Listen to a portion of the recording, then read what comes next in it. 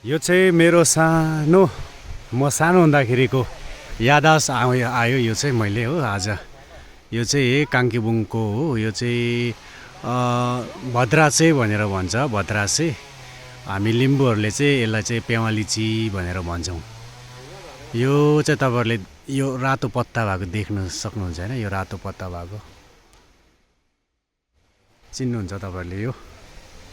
यो पत्ता चाहिँ कस्तो हुन्छ म पत्ता पनि देखाउने छु। यस यो हो पत्ता। हरियो पत्ता पनि हुन्छ। यो चाहिँ अब अलिक छिप्पेर झरेको पत्ताहरू। यसको फल चाहिँ हामीले सानोमा यो चाहिँ मैले अघि टिपिराखेको है यस्तो हुन्छ।